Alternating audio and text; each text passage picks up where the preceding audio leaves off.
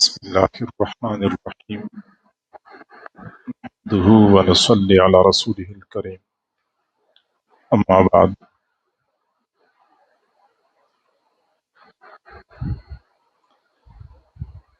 حجۃ الوداع کا خطبہ انسانیت کی فلاح اور بہبود کے لیے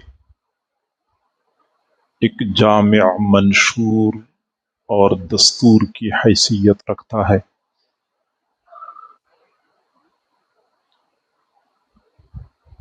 حضرات صحابہ کرام نے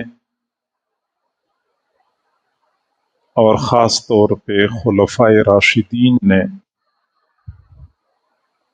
جب اس دستور اور آئین کو نافذ کیا تو دنیا ان کے قدموں میں آئی، وہ حاکم بنے، قیصر اور کسریٰ کی حکومتیں ان کے سامنے مغلوب ہو گئیں، ان کے خزانے مسلمانوں کے بیت المال میں پہنچ گئے، دنیا کے لیے مقتدا اور امام بن گئے۔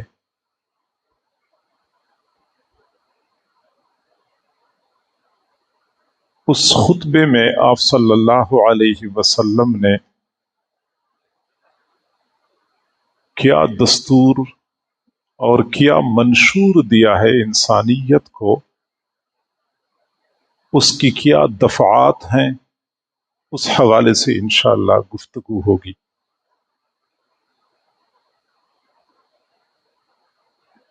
تو حضور صلی اللہ علیہ وسلم نے عرفات کے میدان میں جب خطبہ دینا شروع کیا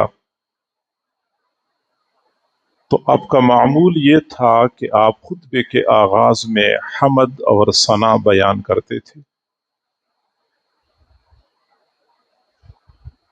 پھر اس کے بعد اما بعد کا لفظ استعمال کرتے تھے اور اپنے مقصود کی طرف آپ آتے تھے۔ تو راوی فرماتے ہیں کہ انہ حمد اللہ و اثنى علیہ، کہ حضور صلی اللہ علیہ وسلم نے اللہ کی حمد و ثنا کو بیان کیا، ثم قال، پھر آپ نے فرمایا، یا ایھا الناس، اے لوگو، اسمعوا قولی، میری بات توجہ سے سنو، لعلی لا القاکم بعد عامی ھذا، شاید میں آپ لوگوں سے اس سال کے بعد دوبارہ ملاقات نہ کر سکوں۔ یا ایھا الناس، اے لوگو، ان دماءکم و اموالکم و اعراضکم علیکم حرام کحرمت یومکم ھذا فی بلدکم ھذا فی شہرکم ھذا،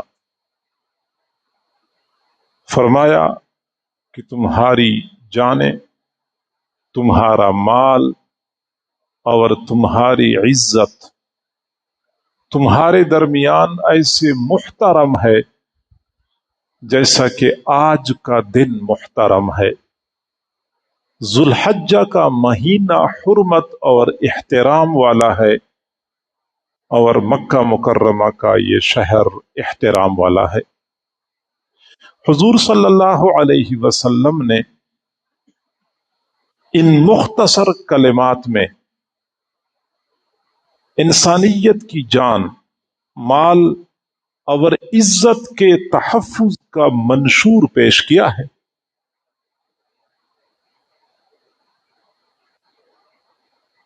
کہ روئے زمین پر ہر بندے کو یہ حق حاصل ہے کہ بلا وجہ اس کی جان کا نقصان نہیں کیا جائے گا، اس کے مال کے ساتھ تعرض نہیں کیا جائے گا، اس کی عزت کو نقصان نہیں پہنچایا جائے گا۔ لیکن اگر ہم فصاحت اور بلاغت کو دیکھیں،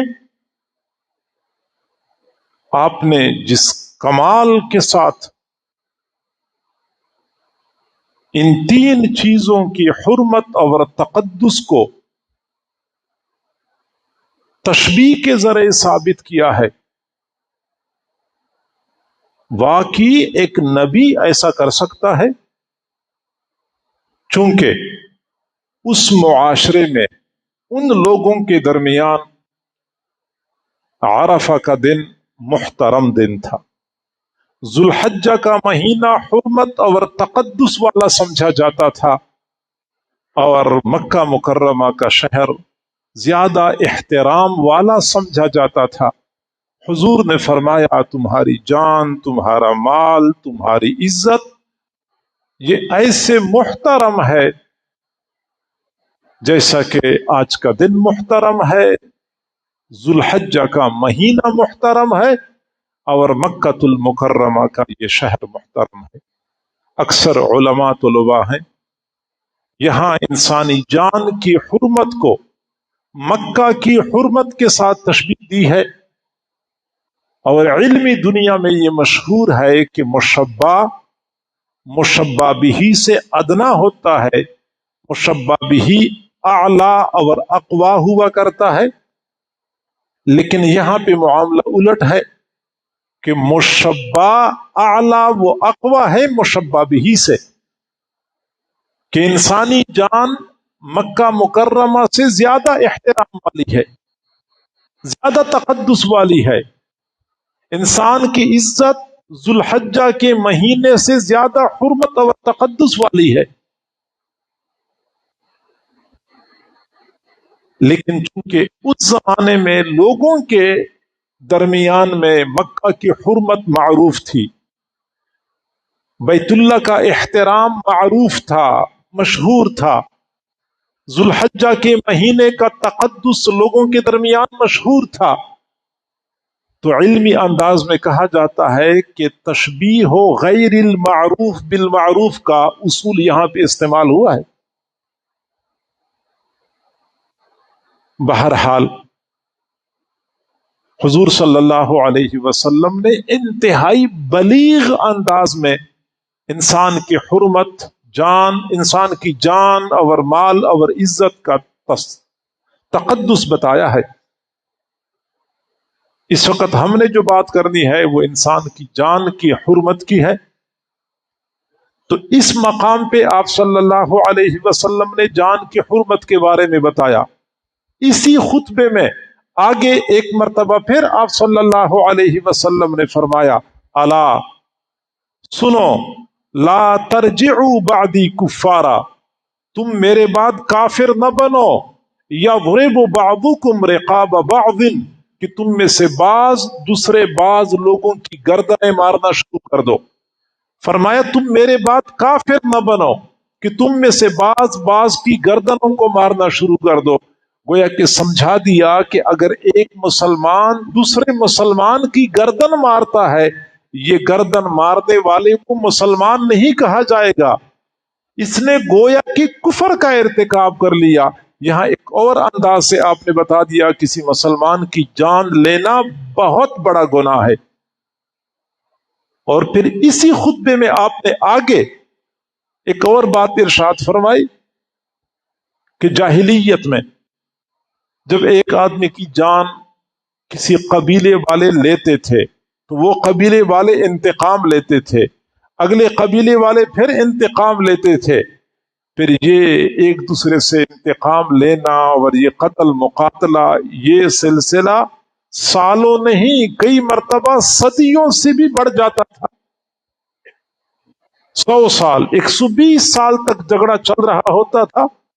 اب اس طرح کے جھگڑوں کو ختم کرنے کے لیے حضور صلی اللہ علیہ وسلم نے ایک اصول بتا دیا کہ اگر دور جاہلیت میں کسی نے کسی کو قتل کیا ہے، اب قاتل سے انتقام نہیں لیا جائے گا. وَإِنَّ دِمَاءَ الْجَاهِلِيَّةِ مَوْضُوعَةٌ، جاہلیت میں اگر کسی نے کسی کا خون بہایا ہے، اب اسلام لانے کے بعد قاتل سے تعرض نہیں کیا جائے گا. وَإِنَّ أَوَّلَ دَمٍ أَضَعُهُ مِنْ دِمَائِنَا دَمُ ابن ربیعہ ابن الحارث بن عبد المطلب، فرمایا کہ میرے چچا زاد بھائی ربیعہ بن حارث، جو کہ بنو سعد قبیلے میں پرورش پا رہا تھا، لڑکا تھا، حذیل قبیلے کے لوگوں نے قتل کر دیا۔ ابھی ہم نے انتقام نہیں لیا، لیکن میں ابھی سے اس کو کالعدم قرار دیتا ہوں، گویا کہ اب ہم انتقام نہیں لیں گے۔ حضور صلی اللہ علیہ وسلم نے ایک اصول بتا دیا کہ وَإِنَّ دِمَاءَ الْجَاهِلِيَّةِ مَوْضُوعَةٌ، جاہلیت میں اگر کسی نے کسی کا خون بہایا ہے تو قاتل سے انتقام نہیں لیا جائے گا۔ اب یہ بات تو فرما دی، ایک اصول بتا دیا، تو سب سے پہلے اس اصول کو اپنی ذات پر لاگو کر دیا کہ ہمارے خاندان کا ایک لڑکا جس کو حذیل قبیلے کے لوگوں نے قتل کیا تھا، میں ابھی سے اس کے قاتل کو، اس کے قتل کو اور اس جرم کو کالعدم قرار دیتا ہوں، ہم انتقام نہیں لیں گے۔ بہرحال اس خطبے میں 3 انداز سے آپ صلی اللہ علیہ وسلم نے انسانی حرمت، انسانی جان کی حرمت کا تذکرہ فرمایا ہے۔ اور یہ ایک حقیقت ہے کہ دین اسلام نے انسانی جان کو اور انسان کی خون کو جیسے تحفظ فراہم کیا ہے اور جتنی عظمت دی ہے، کسی اور معاشرے نے، کسی اور دین نے اتنی عظمت نہیں دی ہے۔ چنانچہ قرآن مجید میں اللہ رب العزت نے ارشاد فرمایا من قتل نفسا بغیر نفس او فساد فی الارض فکأنما قتل الناس جمیعا، جو بندہ کسی ایک بندے کو ناحق قتل کر دیتا ہے، گویا کہ اس نے پوری انسانیت کو قتل کر دیا۔ ایک بندے کے قتل کو پوری انسانیت کا قتل قرار دیا۔ ومن احیاها فکأنما احیا الناس جمیعا، جس نے ایک بندے کی جان بچائی، گویا کہ اس نے پوری انسانیت کی جان بچائی ہے۔ تو ایک بندے کا قتل پوری انسانیت کا قتل ہے، ایک بندے کی جان بچانا پوری انسانیت کی جان بچانے کے مترادف ہے۔ معلوم ہوتا ہے کہ ایک بندے کا قتل شریعت مطہرہ کی نظر میں کتنا بڑا جرم ہے۔ دوسرے مقام پہ اللہ رب العزت نے فرمایا وَمَن يَقْتُلْ مُؤْمِنًا مُتَعَمِّدًا فَجَزَاؤُهُ جَهَنَّمُ، جو بندہ کسی مؤمن کو قصداً قتل کرتا ہے، اس کا بدلہ جہنم ہے، خالداً فیہا، طویل عرصے تک جہنم میں رہے گا۔ خلود کا معنی تو ہمیشہ ہوتا ہے، یہاں مراد ایک طویل عرصے تک جہنم میں رہے گا۔ وغضب اللہ علیہ، اللہ کا غضب ہے اس پر، وَلَعَنَهُ، اللہ تعالی کی لعنت ہے اس پر، وَأَعَدَّ لَهُ عَذَابًا عَظِيمًا، اللہ نے اس کے لیے عذاب عظیم تیار کر رکھا ہے۔ فرمایا فَجَزَاؤُهُ جَهَنَّمُ خَالِدًا فِيهَا وَغَضِبَ اللَّهُ عَلَيْهِ وَلَعَنَهُ وَأَعَدَّ لَهُ عَذَابًا عَظِيمًا۔ معلوم ہوتا ہے کہ اللہ تعالیٰ کو بہت جلال آتا ہے جب کوئی بندہ کسی مسلمان کو قصداً قتل کرتا ہے۔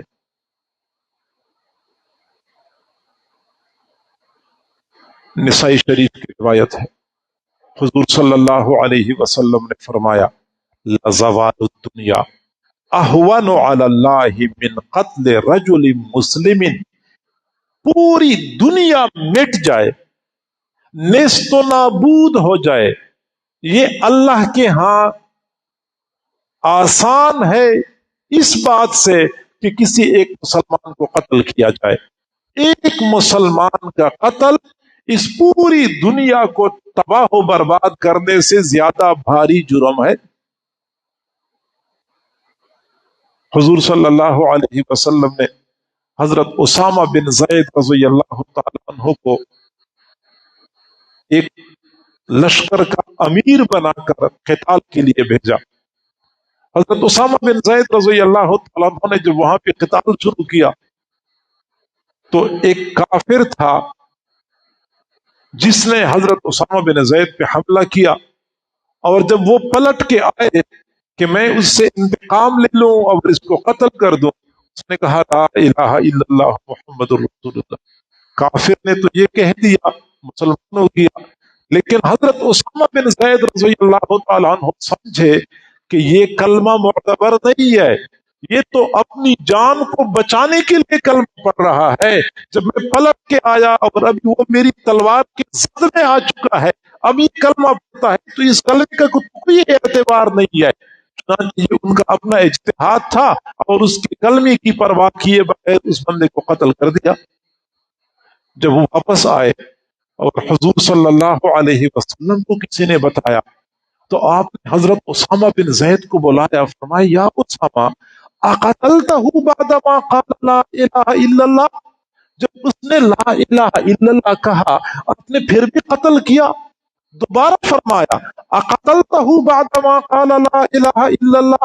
اس نے لا الہ الا اللہ کہا آپ نے پھر بھی قتل کیا؟ اور پھر حضور صلی اللہ علیہ وسلم نے فرمایا اسامہ قیامت کے دن اس لا الہ الا اللہ کو کیا جواب دو گے؟ جس لا الہ الا اللہ نے اس بندے کی جان کو مأمون کیا تھا، اس لا الہ الا اللہ نے قیامت کے دن مطالبہ کرنا ہے کہ میرا حق مجھے دیا جائے. جس بندے کو میں نے امن دیا تھا کسی اور بندے نے اس کی جان کیوں لی؟ آپ اس لا الہ الا اللہ کا کیا کرو گے؟ حضرت اسامہ بن زید فرماتے ہیں کہ حضور صلی اللہ علیہ وسلم نے بار بار یہ بات فرمائی.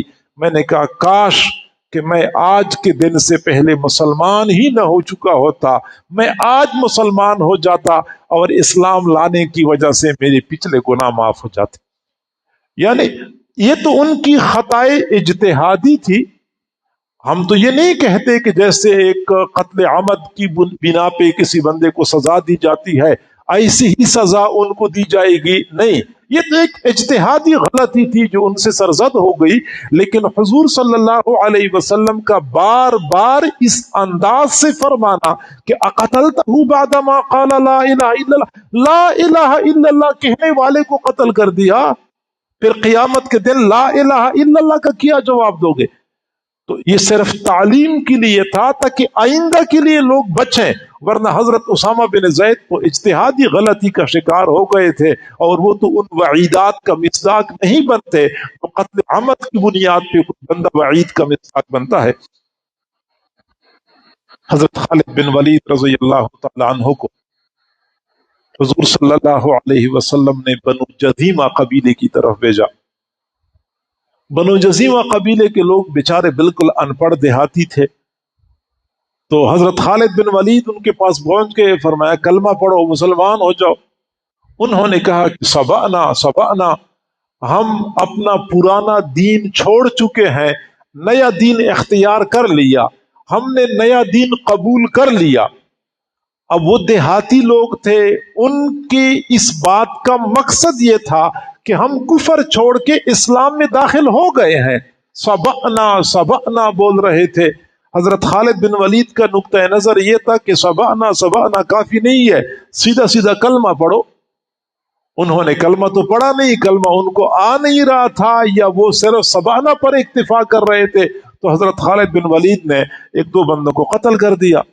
جب حضور صلی اللہ علیہ وسلم کے پاس واپس آئے اور خالد بن ولید کا واقعہ حضور کے سامنے آیا، حضور صلی اللہ علیہ وسلم نے ہاتھ اٹھا دیے، اللہم انی ابرأ الیک مما صنع خالد، اے اللہ خالد بن ولید نے جو کیا ہے میں اس سے براءت کا اظہار کرتا ہوں. گویا کہ اس میں میرا مشورہ شامل نہیں تھا، میرا حکم شامل نہیں تھا. میرے کہنے کا مقصد یہ ہے کہ کسی مسلمان کا قتل کرنا بہت بڑا جرم ہے.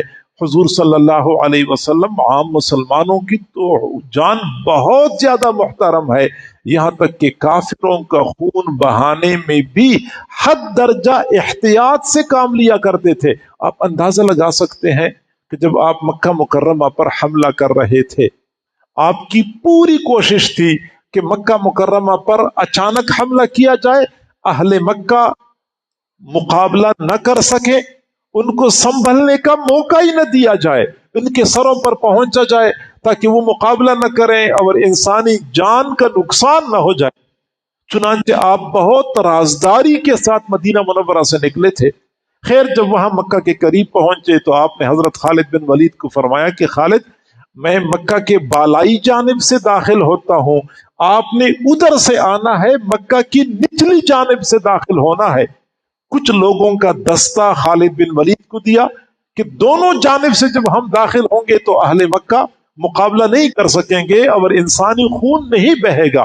خالد بن ولید کو آپ نے خاص طور پہ تاکید فرمائی تھی کہ پوری کوشش کرنی ہے کہ آپ کی تلوار کسی بندے کے خون سے رنگین نہ ہو جائے۔ حضور صلی اللہ علیہ وسلم مکہ کے بالائی جانب سے مکہ مکرمہ میں داخل ہوئے، امن اور سلامتی کے ساتھ، کسی بندے نے مزاحمت نہیں کی۔ مسجد حرام میں تھے، حضرت خالد بن ولید کا انتظار کر رہے تھے۔ حضرت خالد بن ولید رضی اللہ تعالیٰ عنہ نچلی جانب سے آ رہے تھے، اور حضور صلی اللہ علیہ وسلم نے جب دور سے دیکھا کہ خالد بن ولید کی تلوار سرخ نظر آ رہی ہے تو فوراً فرمایا اما خالد فقد قتل احدا، یہ جو خالد بن ولید آ رہا ہے نا، لگتا یہ ہے کسی کو قتل کر کے آ رہا۔ جب خالد بن ولید قریب آئے تو آپ نے پوچھا کہ خالد بن ولید یہ کیا ہو گیا، آپ کی تلوار مجھے رنگین نظر آ رہی ہے۔ تو حضرت خالد بن ولید رضی اللہ تعالیٰ عنہ نے عرض کیا، اللہ کے نبی، میں نے تو پوری کوشش کی کہ میں کسی کو قتل نہ کروں، مکہ میں داخل ہو رہا تھا، چند سال پھیرے نوجوان تھے جنہوں نے میرا راستہ روک لیا، مجھے آنے نہیں دے رہے تھے، میں نے ان کو بہت سمجھایا کہ مجھے راستہ دے دو، میں نے تمہیں قتل نہیں کرنا، مجھے صرف آگے جانے دو، لیکن وہ مجھے راستہ نہیں دے رہے تھے، مجھے مجبوراً تلوار چلانی پڑ گئی، 7 یا 8 بندے قتل ہو گئے۔ مکہ مکرمہ جیسا بڑا شہر فتح ہو گیا، 7 8 بندے قتل ہو گئے۔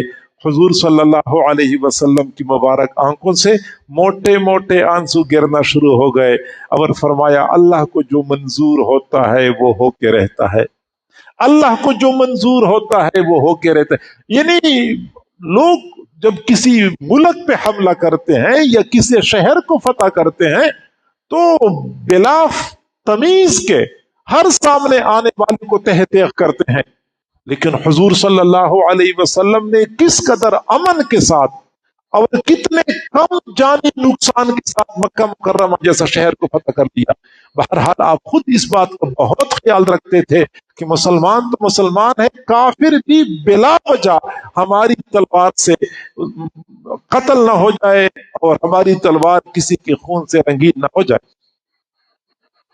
ہاں، ایک بات اور سمجھنی چاہیے کہ جس معاشرے میں امن و امان ہوتا ہے، لوگوں کی جان محفوظ ہوتی ہے، وہ معاشرہ ترقی کرتا ہے، اور جس معاشرے میں لوگوں کی جان غیر محفوظ ہو گئی وہ معاشرہ زوال کی طرف جائے گا۔ ہر گزرتے دن کے ساتھ معاشرہ پستی میں دھنستا چلا جائے گا۔ اور آج آپ اپنے معاشرے کو دیکھ رہے ہیں کہ ہمارے معاشرے میں کمی کس چیز کی ہے۔ اللہ رب العزت نے ہمیں نوازنے میں بخل سے کام نہیں لیا، تمام تر مادی نعمتیں، فطری اور نیچرل نعمتیں ہمارے پاس ہیں، لیکن افسوس سے کہنا پڑتا ہے کہ ہم ہر گزرتے دن کے ساتھ پستی کی طرف جا رہے ہیں۔ اس کی ایک بڑی وجہ یہ بھی ہے کہ ہم اس منشور پہ عمل نہ کر سکے جو منشور حضور صلی اللہ علیہ وسلم نے 14 صدیوں پہلے انسانیت کی فلاح و بہبود کے لیے پیش کیا تھا۔ براہ راست کسی کو قتل کرنا ہوتا ہے یا پھر کئی مرتبہ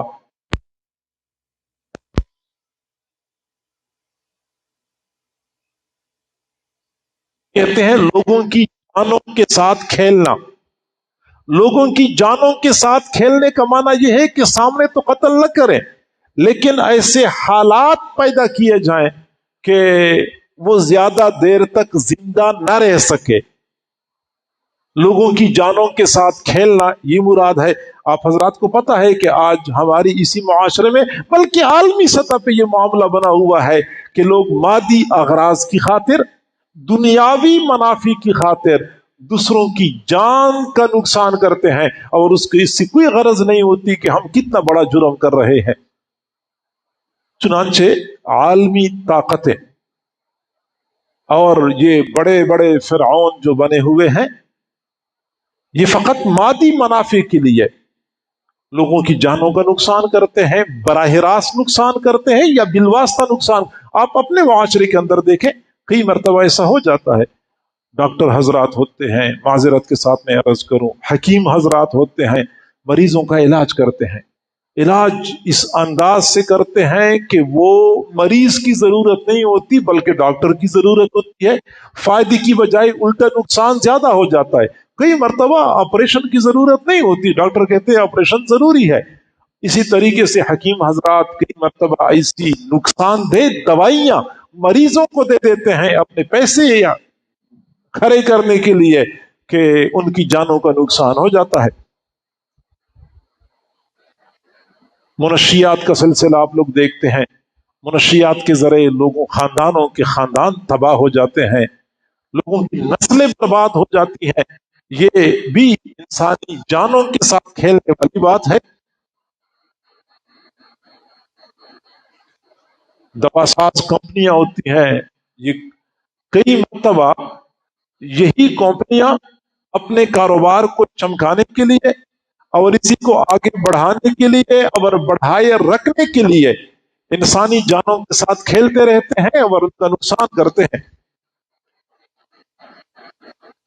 حضور صلی اللہ علیہ وسلم نے ہمیں اس مختصر سے خطبے میں یہ بات سمجھائی ہے کہ انسان کی جان بہت قیمتی ہے، کسی اور کی جان نہیں لینے ہوتی، اپنی جان کا نقصان کرنا شریعت اس کی بھی اجازت نہیں دیتی، جس کو ہم خودکشی کہتے ہیں۔ کئی مرتبہ لوگ مصائب اور آلام سے تنگ آ کر خودکشی کا ارتکاب کر لیتے ہیں، حالانکہ وہ بہت خسارے کا کام کر رہے ہوتے ہیں، بہت بڑا نقصان کرتے ہیں۔ وہ یہ سمجھتے ہیں کہ خودکشی کر کے اس پریشانی سے، اس مصیبت سے چھٹکارا مل جائے گا، حالانکہ چھٹکارا کیا ملنا ہوتا ہے، آگے بڑی بڑی مصیبتیں اس کا انتظار کر رہی ہوتی ہیں۔ حضور صلی اللہ علیہ وسلم نے فرمایا، کوئی بندہ اپنے آپ کو پہاڑ سے گرا کے خودکشی کا مرتکب ہو جاتا ہے، اب اس کو سزا دی جائے گی مرنے کے فوراً بعد کہ اس کو پہاڑ پہ چڑھایا جائے گا، پھر اس کو گرایا جائے گا، پھر پہاڑ پہ چڑھایا جائے گا، پھر گرایا جائے گا، قیامت تک اس کو یہی سزا دی جاتی رہے گی۔ کوئی بندہ زہر پی لیتا ہے اور اپنے آپ کو قتل کر دیتا ہے، اس کی سزا یہ ہے کہ اس کو زہر پلایا جائے گا، اور زہر پینا اور زہر کی بعد میں تکلیف یہ واقعی ناقابل برداشت ہوتی ہے، اور اسی تکلیف سے اس کو گزارا جائے گا، یہ مرے گا، پھر دوبارہ زہر پلایا جائے گا اور اسی تکلیف سے گزارا جائے گا، پھر زہر پلایا جائے گا اور اسی تکلیف سے گزارا جائے گا۔ کوئی بندہ اپنے آپ کو لوہے کے ساتھ قتل کرتا ہے تو قیامت کی صبح تک وہی لوہا، وہی تلوار، وہی خنجر اپنے اندر مارتا ہوگا اور اپنی آپ کو تکلیف پہنچاتا ہوگا۔ تو گویا کہ خودکشی کر کے کوئی بندہ راحت نہیں پا سکتا، البتہ مصیبت اور تکالیف کا نہ ختم ہونے والا سلسلہ شروع ہو جاتا ہے۔ اور انتہائی افسوس سے کہنا پڑتا ہے کہ آج کی دنیا اسلام کو بدامنی کا ذمہ دار ٹھہراتی ہے کہ یہ دنیا میں جو کچھ بدامنی ہے یہ اسلام ہی اس کا ذمہ دار ہے، اور شاید اسلام ہی قتل مقاتل کی ترغیب دیتا ہے، اور یقیناً یہ بہت بڑا جھوٹ ہے۔ سچی بات یہ ہے کہ وہ عالمی طاقتیں جن کے دامن پہ ہیروشیما اور ناگاساکی کے داغ لگے ہوئے ہیں، پہلی جنگ عظیم میں 64 لاکھ بندے قتل ہوئے، دوسری جنگ عظیم میں 3.5 کروڑ بندے قتل ہوئے، فرانس کے انقلاب میں 25 لاکھ بندے قتل ہوئے، اور اس وقت بھی روئے زمین پر جہاں کہیں مسلمان ممالک میں آگ لگائی گئی ہے اور مسلمان بچے یتیم ہو رہے ہیں، عورتوں کے سہاگ اجڑ رہے ہیں، والدین بے سہارا ہو رہے ہیں، اس کے پیچھے بھی وہی لوگ ہیں۔ افسوس سے کہنا پڑتا ہے کہ وہ اسلام کی بات کرتے ہیں کہ اسلام بدامنی کی تعلیم دیتا ہے۔ اسلام نے امن و امان پہ جتنا زور دیا ہے کسی اور معاشرے نے، کسی اور مذہب نے اتنا زور نہیں دیا ہے۔ حضور صلی اللہ علیہ وسلم نے تعلیم دی ہے، آپ نے فرمایا کہ کسی مسلمان کے ہاتھ میں تیر ہے یا خنجر ہے یا تلوار ہے، اور وہ اس تیر کو ہاتھ میں پکڑ کے اشارہ کرتا ہے کہ وہ بندہ، اور وہ بندہ، وہ بندہ، صرف اتنا اشارہ کرنے سے بھی فرمایا کہ فرشتے اس پر لعنت بھیجتے ہیں۔ کسی بندے کی طرف لوہے کے ہتھیار کے ساتھ اشارہ کرنا فرشتوں کی لعنت کا باعث بن جاتا ہے۔ ہماری دین اسلام کی تعلیمات تو اس حوالے سے اس قدر حساس ہیں، اگر میرے ہاتھ میں چھری ہے، چاقو ہے، میں اگلے بندے کو پکڑاتا ہوں، شریعت کی تعلیم یہ ہے کہ چھری کا نوکدار سرا اپنے ہاتھ میں پکڑ لو اور دستی مسلمان بھائی کی طرف بڑھا دو۔ شریعت میں یہ بھی بے ادبی سمجھی جاتی ہے کہ دستی اپنے ہاتھ میں پکڑ لیں اور نقدار سیرا اس کی طرف کر لیں کہ یہ پکڑ لیں۔ شریعت نے اس کو بھی آداب کے خلاف قرار دیا ہے۔ تو جو شریعت ہمیں تعلیم دیتی ہے کہ مسلمان بھائی کو چھری چاقو پکڑاتے وقت نقدار سیرا اس کی طرف آگے نہ کرے، بلکہ نقدار سیرا اپنے ہاتھ میں رکھے اور دستی اس کی طرف آگے کر دیں، اس دین کے بارے میں کوئی بندہ یہ کہے کہ یہ بدامنی کا ذمہ دار ہے یا بدامنی کی تعلیم دی جاتی ہے اس دین میں، تو یقیناً یہ جھوٹ ہے اور غلط بات ہے۔ بہرحال یہ منشور ہے اور یہ پہلی دفعہ ہے کہ روئی زمین پر ہر انسان کی جان محفوظ ہونی چاہیے اور بلا وجہ کسی کے جان کے ساتھ تعرض نہیں کرنا چاہیے۔ اس کے بعد پھر اگلا مرحلہ مال کا ہے اور عزت کا ہے، اور اس کے بعد انشاءاللہ پھر آگے دفعات بیان کی جائیں گی۔ جزاکم اللہ جزاء حسنا۔ آمین۔ الحمد للہ رب العالمین والعاقبۃ للمتقین والصلاۃ والسلام علی رسول اللہ۔